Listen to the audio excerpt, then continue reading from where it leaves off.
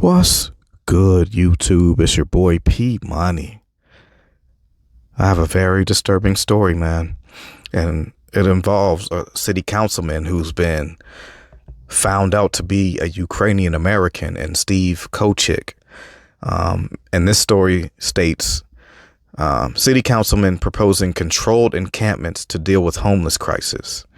So that already to me sounds like a whole bunch of nothing. You're not going to help the problem whatsoever. But let's go into this story, man, because it's very interesting. And I'm assuming the guy that's in the video right there is the homeowner that they're talking about right now in this first sentence. So Tom Mantle takes pride in his home and his yard. As you can see, there's a lot of junk, it looks like, in his yard. But, he takes pride in it. Those bushes look like crazy, but he takes pride in his yard. But okay, whatever. But he says a homeless camp bordering his backyard wall is a constant source of crime in the area. Huh, interesting. Very interesting. So basically, he's blaming all crime in his area on the homeless encampment that's over there. Now, is there crime because of them? Possibly, but you're saying total. They're the constant source of crime in the area. Like, they're coming over and just stealing all your stuff. Like, your neighbor won't come over and steal your stuff? You don't think so? With what's going on, I see houses being burglarized every day here now. I see people getting stuck up in their cars. I see people going in stores right now stealing stuff. I just saw a story of two dudes stealing from Home Depot. It's like, so miss me with the nonsense, man. I mean, it's not just homeless people that's out here stealing. We gotta keep it a buck, man.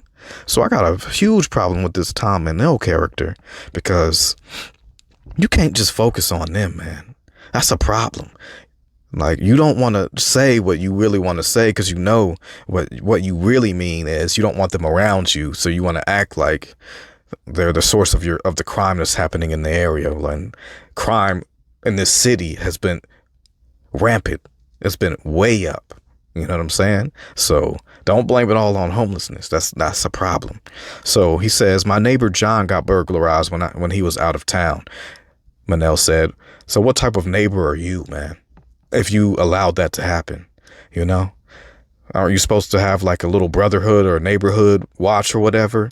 I guess not, So obviously you guys don't really care about your stuff, you just assume people are not going to steal nothing. But that's a horrible way to think. I was burglarized when I renovated this house. Oh, really? Were you now? So it's just, it just sounds crazy to me. Like, burglarized, what do you mean? Like one of those little racks over there that got stolen, or you had a ladder stolen or something? Is that what you're talking about? So vague. That's why it's hard for me to believe this Tom Mantle character. It's very hard to believe him just off what his words say, because we are living currently in a country that is based off lies, man. We just got to keep it a buck, man. So now we go on to Steve Kochik. I've done a story about him before, man, and this dude, he is no good, man. He needs, whenever his time is up, he is not getting my vote. And I don't know what other people here in Tucson feel about this cat, but I'm not a fan. I'm not even a fan of the whole city council members. None of them. I think they all need to go. They're terrible at what they're doing. It's very inefficient on how they run things. There's a lot of issues going on in Tucson, with homelessness. Drugs is running rampant. Crime is way up right now. These guys are supposed to be providing service for what they like to call Tucsonans, and they're just not doing that right now. They're just not doing that. So Councilman Steve Kochik says camps like this one in the Arcadia Wash cannot be allowed, but controlled encampments away from residential areas could be a solution to a big problem in Tucson. So you acknowledge that it's a big problem, but your solution is a whole bunch of nothing. So you're basically saying that they have controlled encampments, like where it's way off into the cut, so nobody can see them. So who knows what you're going to do to them? A better way would be to actually get some of these builders around here, give them some money so they can build up a little community for these people so they can get actual help and try to become better people in the long run, because they are still American citizens, are they not? I know there's quite a decent portion of foundational Black Americans that are over here that are homeless. Now, I'm specifically speaking for them. You know what I mean? Everyone else, they can hold their own nuts, but that's how I'm just on that type of time right now. But I still don't want to see homeless people.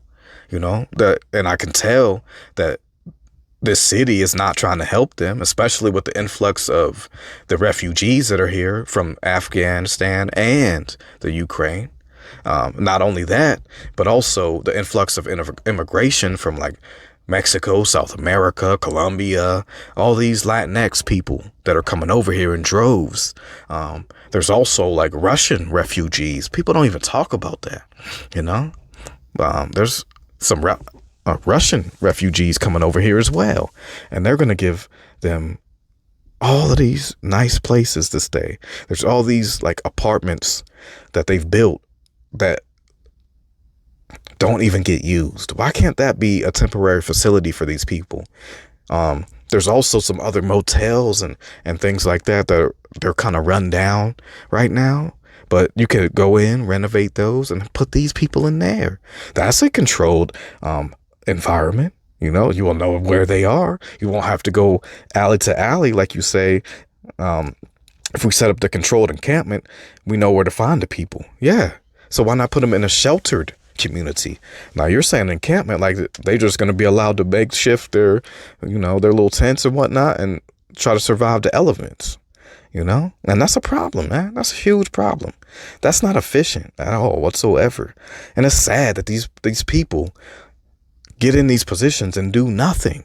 Like, yeah, of course they do stuff in the name of white supremacy and all that. But like, you start seeing this is how, like, to me, this is a slap on all of these city officials' faces right here. The mayor, all of them. This is a slap to all of you guys, man. Like, you guys are horrible at your jobs, man. It's just a fact, man. You're very bad at your job. You guys have the wrong priorities out here, Of course, Steve Kochek wants to help his fellow Ukraine refugees, So that's why he said he'll welcome them with open arms. Tucson's ready to welcome them with open arms. That's why they don't care about these homeless people. That's why they don't care about these people that were on fixed incomes that are disabled, like these Section 8 people that are looking for homes for freaking months, right now. It's disgusting what they're doing. It's disgusting. So he says he is going to keep pushing this idea despite the majority of city council being against it. Now, of course, city council is against it because they don't care about homelessness, just like you don't care. You just want to do this article to make it seem like you care. And you've had months and months and months to talk about this stuff because homelessness has just been insane here in Tucson.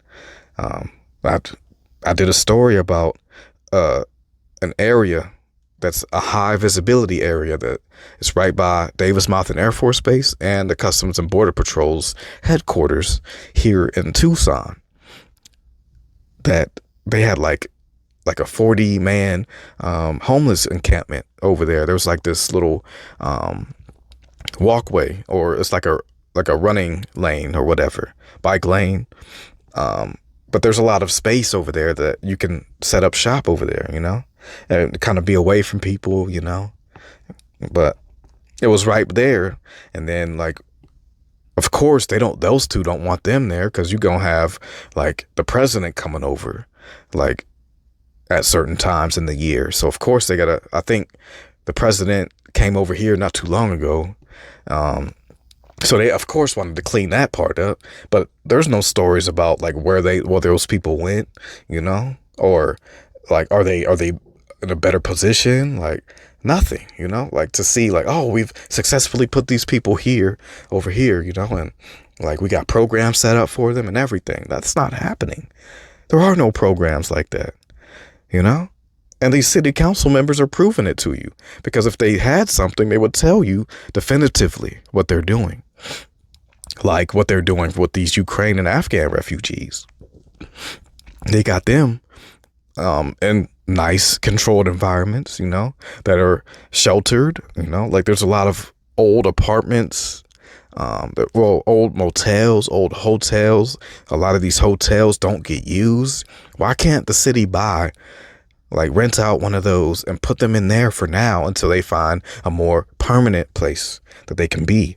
Like, why are they not talking about putting say, okay, like you incentivize one of these home builders to build a facility or a community for these people so they can actually get, the rehab that they need, like the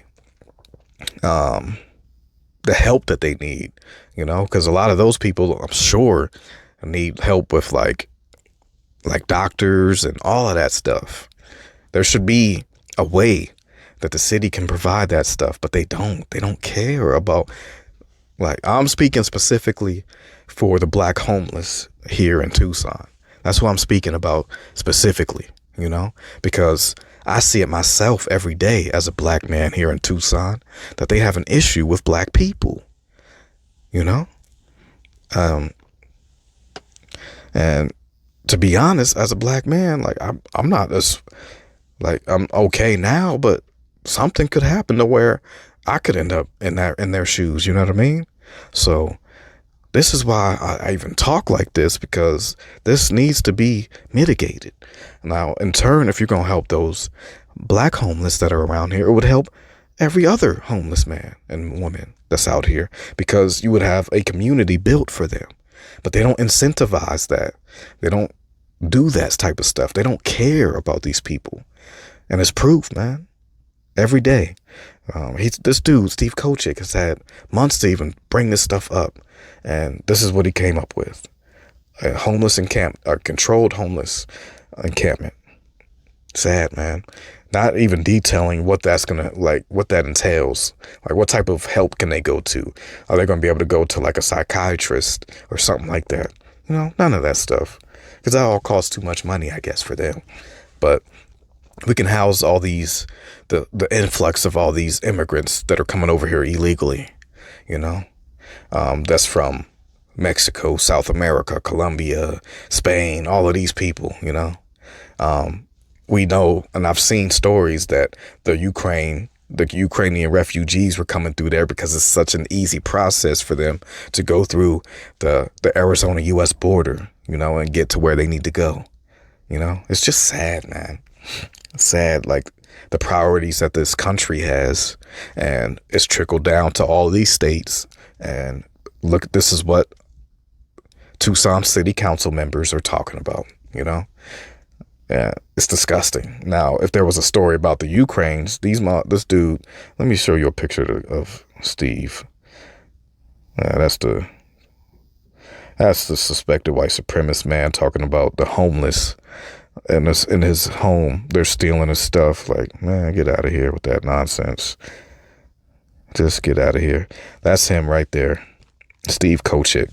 That is Arizona's or Tucson City Council member, one of them. For me, if his time is coming up, man, he's getting up out of there. Like, he don't get my vote at all.